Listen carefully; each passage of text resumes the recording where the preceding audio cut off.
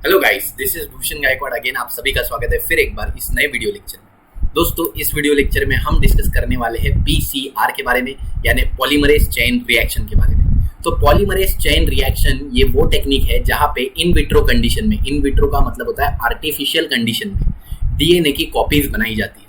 हमें पता है हमारे बॉडी के हर सेल जब डिवाइड होते हैं, एक सेल के 2 सेल होते हैं, 2 के 4, 4 के 8, तो हर बार सेल डिवाइड होने से पहले डीएनए की कॉपी बनती है। मतलब डीएनए अपनी एक रेप्लिका, एक कॉपी बनाता है। ये कॉपी दोनों ही सेल में इक्वल डिवाइड होती है। फॉर एग्जाम्पल, अगर मैं यहाँ पे दिखाना चाहूँ आपको डायग्रामेटिकली, तो मान लीजिए ये हमारा एक सेल है। ये जब डिवाइड होता है तो 2 सेल बनाता है।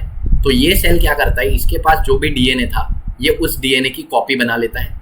तो एक डीएनए हमारा यहाँ पे चले जाता है और दूसरा यहाँ पे चले जाता है। इसका क्रोमोसोमल नंबर 2n था, तो इसने अपनी फिर से एक कॉपी बना ली। तो एक 2n इधर चले गया, एक 2n इधर चले गया। मतलब क्रोमोसोम नंबर हमेशा कॉमन रहता है।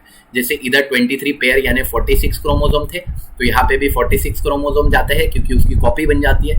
और यहाँ पे भी 46 क्रोमोसोम जाते हैं। तो हर बार सेल डिवाइड होने से पहले डीएनए की कॉपी बनाता है। इस प्रोसेस को हम रेप्लिकेशन कहते हैं। ये हमने मॉलिक्यूलर बेसिस ऑफ इनहेरिटेंस में पढ़ा हुआ है, ठीक है। अब यहाँ पे हम बात कर रहे हैं कि कैसे एक आर्टिफिशियल कंडीशन में, इन विट्रो कंडीशन में डीएनए की कॉपी बनाई जाए। इस प्रोसेस को पीसीआर बोला जाता है या पॉलीमरेज चेन रिएक्शन बोला जाता है। आजकल कोरोना का जो टेस्ट हो रहा है, जिसको आरटीपीसीआर बोला जाता है, आरटीपीसीआर का फुल फॉर्म होता है रिवर्स ट्रांसक्रिप्शन पीसीआर, ठीक है। तो जैसे कि हमें पता है कोरोना वायरस में जो जेनेटिक मटेरियल है वो आरएनए है, not DNA, it is RNA, ठीक है। अब आरएनए से वापस डीएनए बनाया जाता है। आरएनए से वापस डीएनए बनाया जाता है, जिसको हम रिवर्स ट्रांसक्रिप्शन बोलते हैं। तो रिवर्स ट्रांसक्रिप्शन होता है और रिवर्स ट्रांसक्रिप्शन होने के बाद जो डीएनए बनता है उसको आइडेंटिफाई किया जाता है, उसकी कॉपीज बनाई जाती है और उसको आइडेंटिफाई किया जाता है कि भाई हमारा जो डीएनए है उसमें क्या वायरस का डीएनए प्रेजेंट है, क्या वायरल डीएनए प्रेजेंट है। तो उस टेक्निक को बोलते हैं आरटीपीसीआर। तो आरटीपीसीआर भी एक तरीके का हम बोल सकते हैं डायग्नोस्टिक टेस्ट हो चुका है आजकल कोरोना वायरस के प्रेजेंस के लिए, कि कोरोना वायरस प्रेजेंट है हमारे बॉडी में या नहीं है, वो हमारे बॉडी को अफेक्ट कर रहा है या नहीं कर रहा है। तो क्या होता है, वायरस अपना डीएनए हमारे डीएनए के साथ मर्ज करवा देता है। वायरस का डीएनए हमारे डीएनए के साथ मर्ज हो जाता है, ठीक है। तो उसी को चेक करने के लिए आरटीपीसीआर किया जाता है। पहले डीएनए से, एमआरएनए से डीएनए बनाया जाता है। जो वायरस का डीएनए आरएनए होता है उससे डीएनए बनाया जाता है और वायरस का डीएनए और हमारा डीएनए चेक किया जाता है कि भाई वायरस का डीएनए हमारे डीएनए में है क्या। अगर है तो टेस्ट पॉजिटिव है, नहीं है तो टेस्ट नेगेटिव है। तो इस तरीके से आरटीपीसीआर होता है। अब पीसीआर की बात करते हैं। पीसीआर जो है इसका फुल फॉर्म जैसे कि हम यहाँ पे देख रहे हैं, the full form is polymerase chain reaction, that is PCR. ये जो है एक डिवाइस होता है जिसमें जीन क्लोनिंग होती है, यानी जीन की कॉपी बनाई जाती है। एक जीन की 2 जीन, 2 जीन के 4 जीन, 4 जीन के 1000 जीन, जितनी डीएनए की कॉपीज हमें चाहिए उतनी डीएनए की कॉपीज, उतनी डीएनए की बहुत सारी रेप्लिकास हम बना सकते हैं। इसी को जीन एम्प्लीफिकेशन भी बोलते हैं, एम्प्लीफिकेशन ऑफ जीन, ठीक है। तो जो भी जीन हमारे इंटरेस्ट का है, हमारे काम का है, उस जीन की हम बहुत सारी कॉपी बना देते हैं।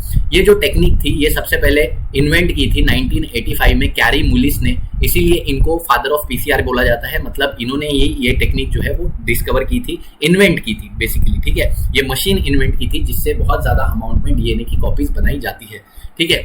इसके अलावा PCR can generate billions of copies of desired segment of DNA and RNA. तो जैसे कि हम देखते हैं पीसीआर से बहुत बिलियंस, मिलियंस, ट्रिलियंस, जितने कॉपीज हमको चाहिए उतनी कॉपीज हम बनवा सकते हैं, ठीक है। इसके अलावा with a high accuracy and specificity in a matter of few hours, तो कुछ घंटों में ही हम बिलियंस ऑफ कॉपीज डीएनए की बनवा सकते हैं, आरएनए की बनवा सकते हैं। और ऐसा नहीं कि इसमें कुछ गलती होगी, ये हाई एक्यूरेसी से बनती है, मतलब इसमें कोई गलती, कोई चूक नहीं होती। डीएनए जैसा का वैसा 100% बन के मिलता है। इसके अलावा स्पेसिफिसिटी यानी ये स्पेसिफिक होती है।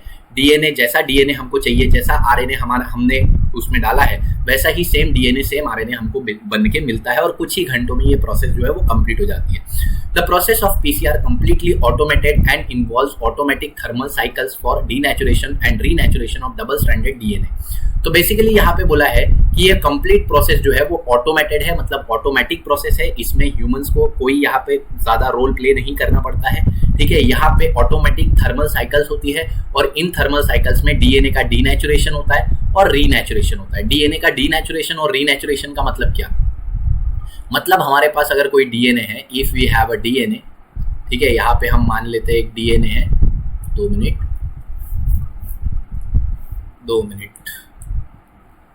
अगर हम मान लेते हैं हमारे पास एक डीएनए मॉलिक्यूल है, ये हमारे पास डीएनए मॉलिक्यूल है, तो ये डीएनए के दोनों स्ट्रैंड पहले तो सेपरेट हो जाएंगे। इस प्रोसेस को हम डीनेचुरेशन बोलेंगे। डीएनए के दोनों स्ट्रैंड सेपरेट हो जाएंगे, इस प्रोसेस को डीनेचुरेशन बोलेंगे। और ये जो प्रोसेस है ये इसीलिए हो रही है बिकॉज यहाँ पे बहुत ज़्यादा हाई टेम्परेचर होता है, that is around 94 degree Celsius. ठीक है, तो डीनेचुरेशन होता है और फिर इसके ऊपर डीएनए का नया स्ट्रैंड सिंथेसाइज होता है, तो इसको रीनेचुरेशन बोलते हैं। इसके ऊपर डीएनए का नया स्ट्रैंड बनता है, उसको रीनेचुरेशन बोलते हैं। और एक डीएनए के आप देखो यहाँ पे 2 डीएनए हो चुके हैं, एक डीएनए के 2 डीएनए हो चुके हैं। तो इस तरीके से हम देखते हैं कि डीएनए की कॉपी बनाई जाती है with the help of PCR in vitro condition, in vitro यानी इन आर्टिफिशियल सिचुएशन। तो यहाँ पे देखिए फिर एक बार यहाँ पे हम रिवाइज कर लेते हैं। पीसीआर क्या है, तो PCR is a polymerase chain reaction.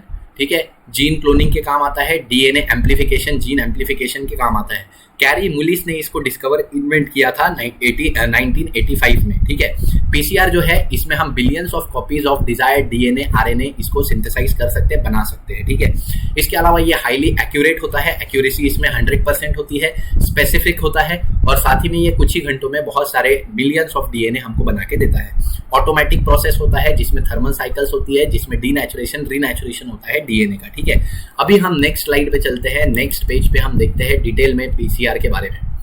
तो जैसे कि आप देख रहे हैं यहाँ पे ये जो मशीन का डायग्राम हमको दिया गया है, it is nothing but the PCR.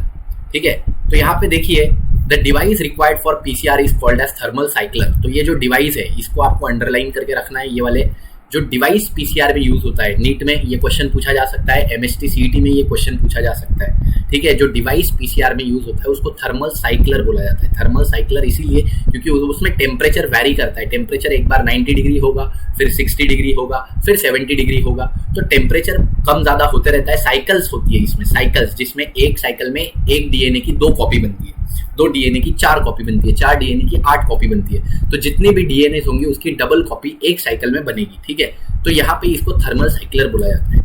PCR जो हम देखते हैं ये इन विट्रो कंडीशन में डीएनए की बहुत सारी कॉपी बनाता है। तो यहाँ पे लिखा गया है it is in vitro amplification of the desired DNA segment. ठीक है, इन विट्रो एम्प्लीफिकेशन है मतलब आर्टिफिशियल कंडीशन में डीएनए की कॉपीज बनती है।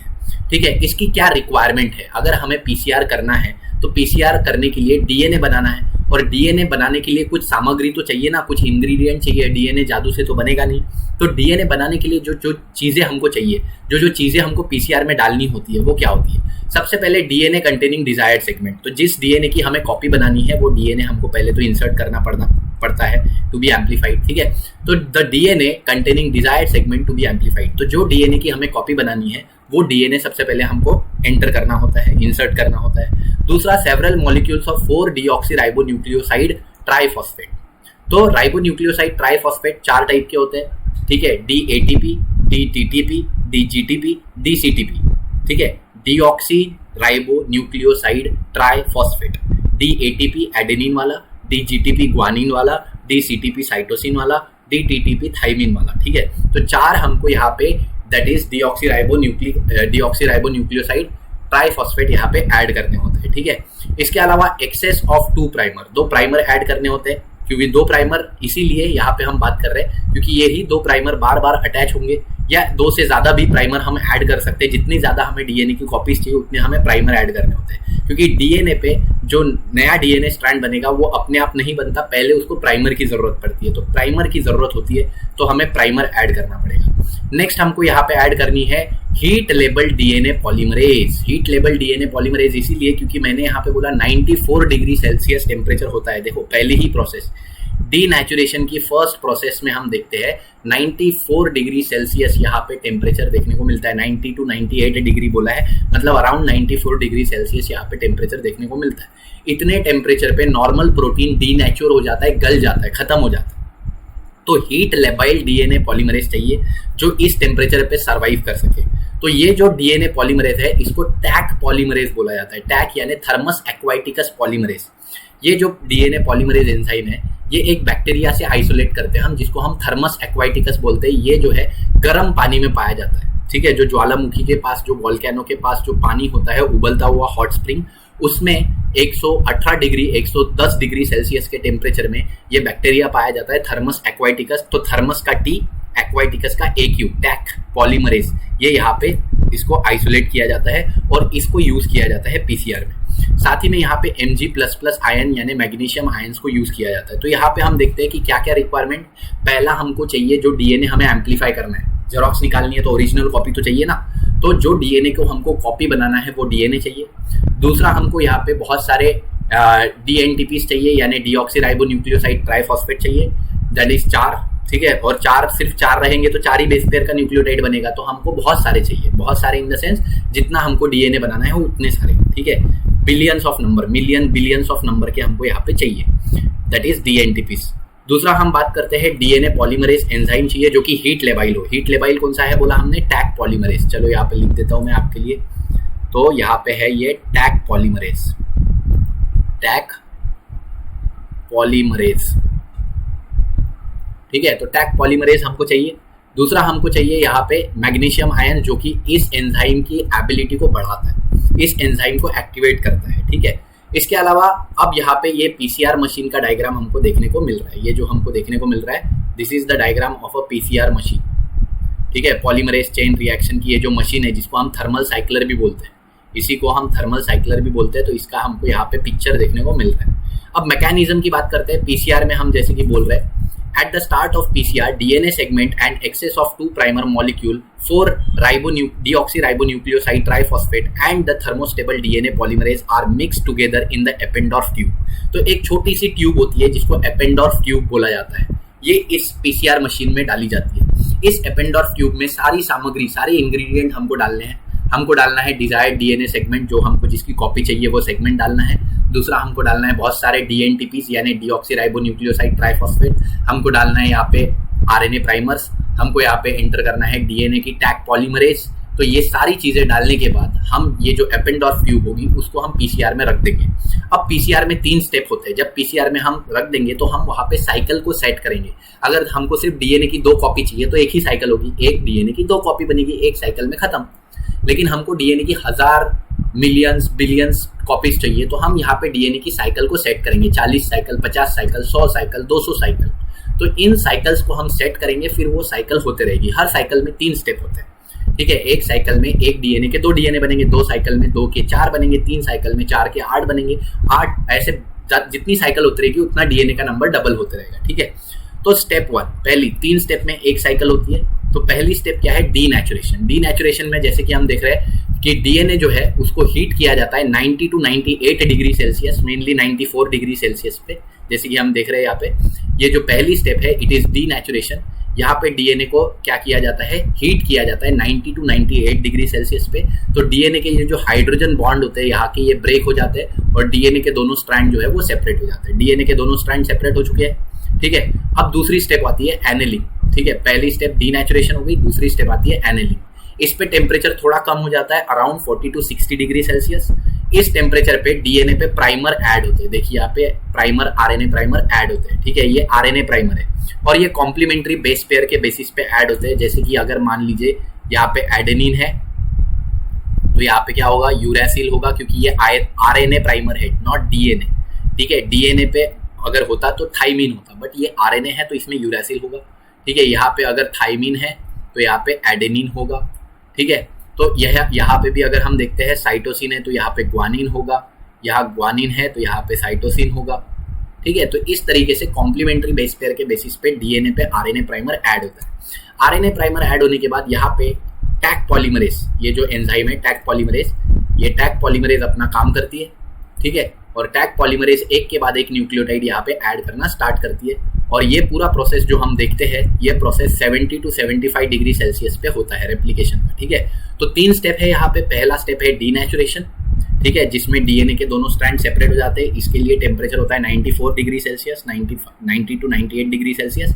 इसके बाद दूसरा स्टेप है जिसमें टेम्परेचर होता है 60 डिग्री सेल्सियस, जिसमें एनेलिंग होती है यानी प्राइमर का एडिशन होता है।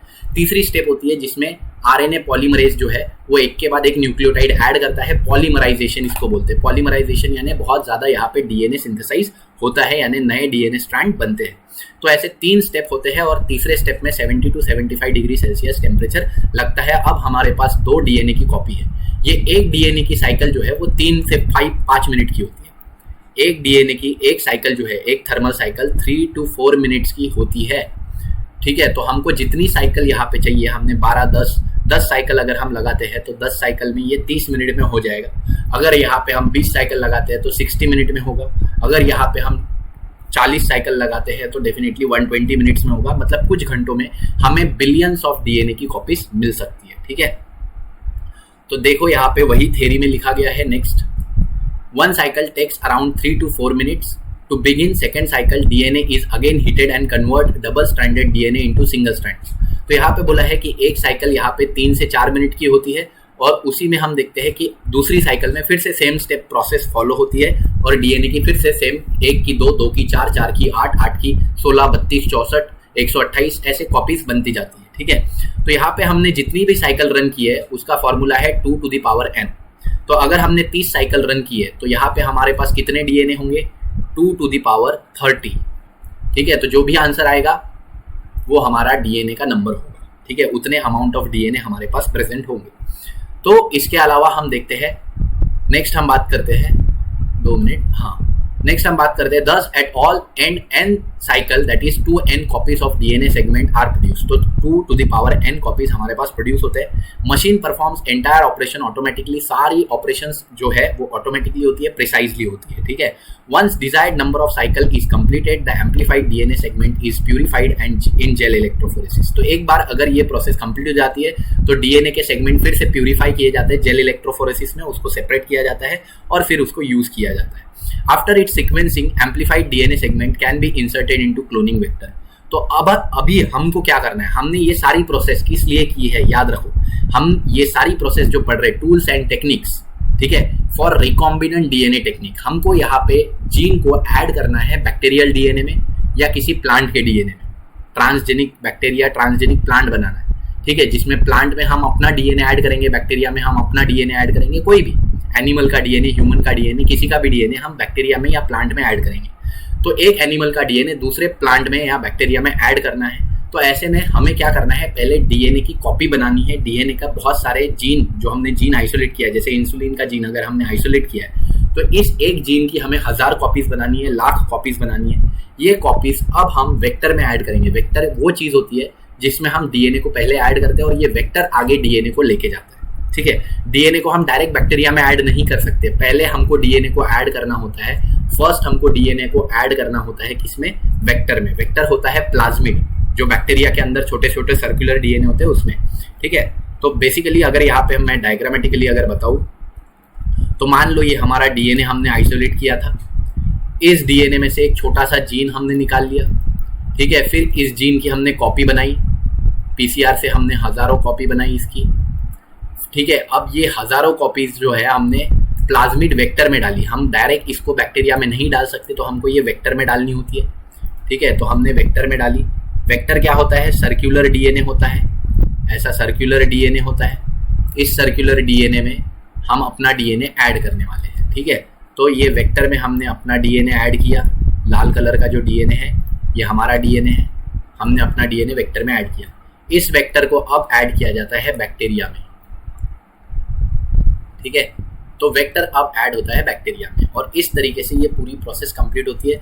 अभी भी ये प्रोसेस हमने ऊपर ही पढ़ी है, पूरी डिटेल्ड प्रोसेस जो है हम देखेंगे जब हम रिकॉम्बिनेंट डीएनए टेक्निक्स के पूरे स्टेप्स देखेंगे। ठीक है, अभी भी हमने ये प्रोसेस सिर्फ हमने इसका ओवरव्यू देखा है। ठीक है, तो यहाँ पे हमारा जो पीसीआर का टॉपिक है वो जो है वो खत्म हो जाता है। आई होप ये जो वीडियो लेक्चर है ये आपको पसंद आया होगा। ठीक है, तो ये हमारा पीसीआर का टॉपिक यहाँ पे खत्म हो जाता है दोस्तों। आई होप ये वीडियो लेक्चर जो आपको पसंद आया होगा। अगर कोई भी दिक्कत, डाउट, क्वेरी, सवाल, डिफिकल्टी, कोई भी शक, सवाल, तकलीफ अगर होती है तो प्लीज़ मुझे कमेंट सेक्शन में पूछिएगा ज़रूर। ठीक है, मैं आपके कमेंट्स के आंसर ज़रूर करने की कोशिश करूँगा। ठीक है, तो ऐसे ही हमारे चैनल में साथ बने रहिए, हमारे चैनल को सपोर्ट करते रहिए। वीडियो पसंद आता है तो लाइक ज़रूर कीजिए। ठीक है, ऐसे ही ज़िंदगी के मज़े लेते रहिए, खुश रहिए। तब तक के लिए थैंक यू वेरी मच।